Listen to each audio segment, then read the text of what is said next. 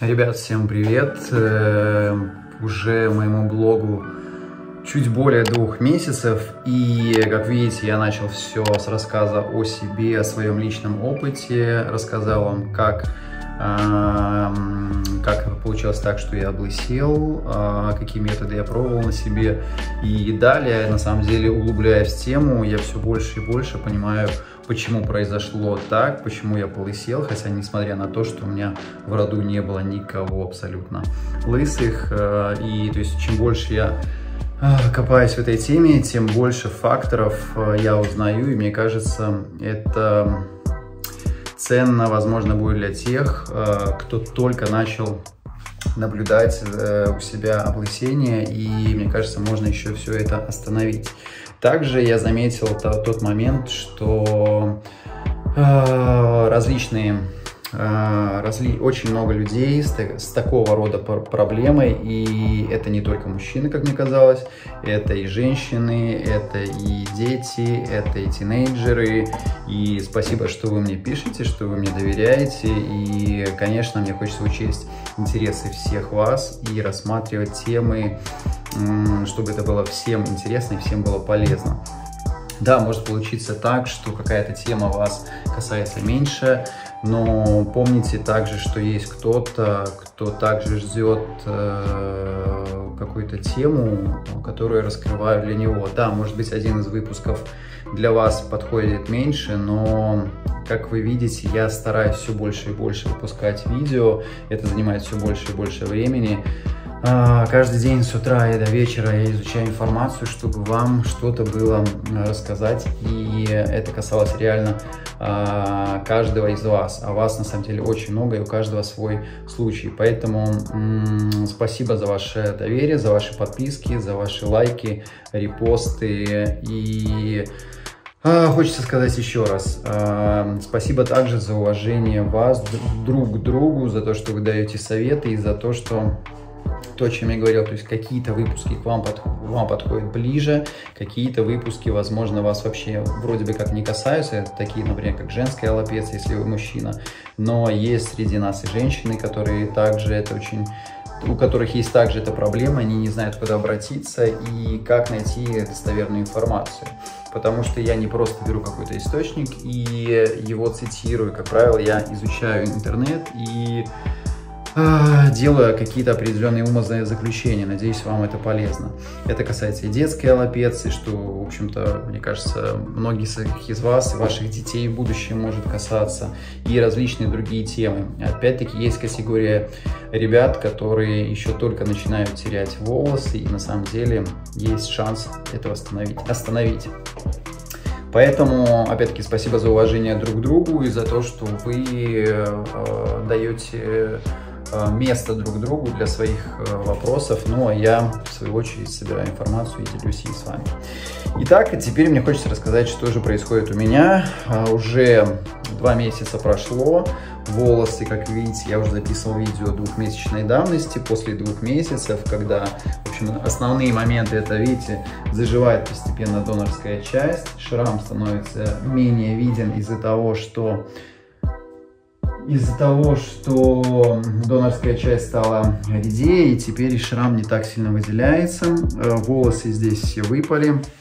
Еще я заметил, что чего не было раньше, у меня вот эта часть сейчас очень-очень жирная, то есть каждый день я мою голову, и нужно мыть голову, наверное, по 2 раза в день, потому что вот эта часть становится очень-очень жирной. Я не знаю, так у вас так же или нет, буду благодарен, если вы напишите в комментариях, поделитесь, может быть, это у меня какие-то пошли, какой-то ответ от организма, я не знаю, а может быть, это так у всех. Но реально, я понимаю, что сейчас лето, но оно не жаркое лето, и у меня все равно постоянно вот эта вот голова, вот этот слой очень-очень жирный.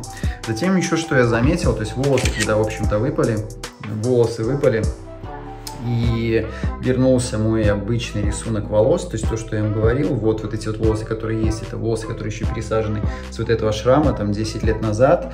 И опять-таки хочется ответить на ваш вопрос, крепкие ли волосы после пересадки. Ну, я немножко об этом говорил в другом видео, что я не делал только с этими волосами, они реально очень-очень крепкие, то есть я на них и клеил систему и все остальное. И даже сейчас, видите, после пересадки волос тоже есть вот вопрос у некоторых, что как себя ощущают другие волосы, соседние волосы, которые уже были на голове, если вы вот рядом с ними сажаете другие волосы. По своим волосам могу сказать, что им вообще абсолютно пофиг, мне кажется. То есть они вот как были, так и есть. Может быть, даже из-за кровяного давления, мне кажется, они даже стали расти еще быстрее, хотя это мне не нужно, я не отращиваю волосы, я наоборот их стригу. Но сейчас я заметил, что нужно стричь их, наверное, еще чаще, чем раньше. То есть раньше я стриг где-то каждые 4-5 дней, брил голову, сейчас я подстригаю, наверное, где-то так же, может быть, чуть-чуть на один день раньше, потому что они вот вырастают. То есть вот это вот нормальный уровень, который меня, в принципе, устраивает, хотя вот я уже, наверное, немножечко, может быть, даже и подстриг. И опять-таки это волосы, которые у меня уже были здесь еще от первой пересадки.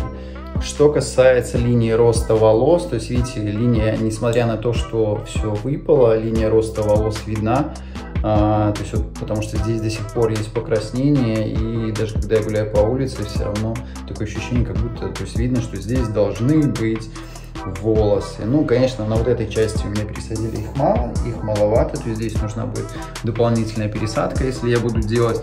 Может быть, я ее даже не буду делать, если я буду просто использовать систему волос. Поэтому, ну, то есть вот очень сильно заметна, конечно, жирность волос, потому что жирность, точнее, головы, кожи головы, и вообще жир это плохо для головы. Но вот приходится мыть голову не один, иногда 2 раза в день, то есть утром и вечером, чтобы избежать вот этой жирности. Также, что меня беспокоит по прошествии 2 месяцев, единственный момент, это, конечно, жирная кожа головы. Как я сплю? Сплю я, в принципе, точно так же, как и раньше, до операции, ничего особо дискомфорта я не испытываю. Еще по прошествии 2 месяцев зуд есть на голове, причем именно донорская часть, чешется, иногда бывает, что прям очень чешется, и, как мы сказали, главное ногтями не царапать и не травмировать кожу, поэтому чешу я в основном просто пальцами, кончиками, подушечками пальцев. Вот, в принципе, это основное. По поводу головных уборов я ношу кепку сейчас. Кепка, видите, с одной стороны в сеточку, поэтому вся голова полностью может дышать. Ну и с другой стороны, как обычная кепка, но она не соприкасается с зоной, куда пересадили волосы, поэтому то есть я сначала одеваю вот спереди, потом сзади надвигаю, то есть и получается ничего не травмируется. Здесь единственное, что касается немножко донорской зоны. Спереди же даже не соприкосновение, потому что соприкосновение идет только там, где лоб. Волосы пересажены никак, то есть они, в принципе, дышат через сеточку, и, как мне кажется, никакого вреда нету. Ну вот, как я говорю, единственное, чешется, вот даже сейчас я вам записываю видео, и у меня чешется сзади голова, донорская часть, и, что самое интересное, чешется возле моего шрама. Я не знаю, есть ли какая-то связь. Вот это после первой пересадки, то есть 10 лет назад, которая была, остался шрам, мне оттуда тоже садили волосы, пересаживали. Может быть, они как раз таки начинают расти, я не знаю, но чешется именно шрам и вот возле шрама, поэтому я вот таким вот методом чешу. Что касается моего личного, скажем так, ощущения, самоощущения, изменилось ли что-то в моей жизни после этой пересадки волос, не могу сказать, потому что до этого я носил систему волос, и мне она очень нравилась. Конечно, у системы волос есть определенные нюансы.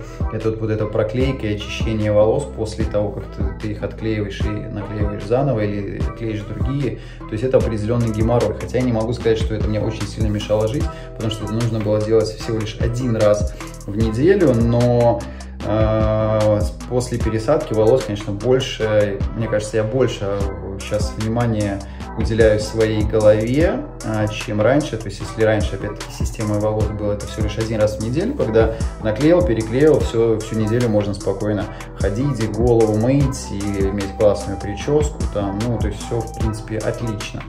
то сейчас каждый день мне нужно голову мыть, следить за этим ростом, подстригать, смотреть, пить витамины. Я не пью тоже, опять-таки, на вопрос, пью ли я финастерид, я не пью финастерид.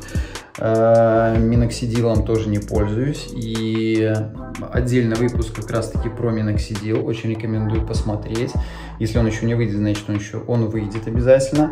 Мне кажется, это очень полезный выпуск, чтобы сделать определенные выводы, во всяком случае заметить и обратить внимание на то, что, может быть, вы раньше не обращали внимания.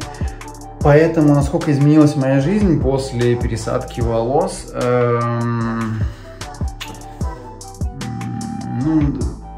больше внимания сейчас им нужно уделять, хотя их нету, но нужно больше внимания уделять голове, самим волосам, ну и вот как-то так.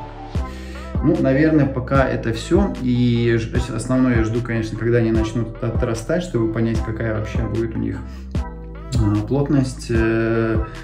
Плотность будет такой же, как она была, вот видимая после пересадки, или будут они реже, какой толщины будут волосы, ну и многое другое. И опять-таки мне все так же интересует еще линия роста волос, потому что, в принципе, как я и говорил, мне больше интересно вот так, но хотя, ну посмотрим. То есть вот нужно ждать, конечно, эти 3-4 месяца, после которых, ну и вообще 6 месяцев и год, чтобы понять, как оно будет на самом деле. Вот, такой небольшой ролик обо всем сразу. Надеюсь, вам это будет тоже несколько полезно, информативно. Поэтому спасибо за ваши подписки, репосты, комментарии и уважение друг к другу. Спасибо, пока и чтобы колосилось.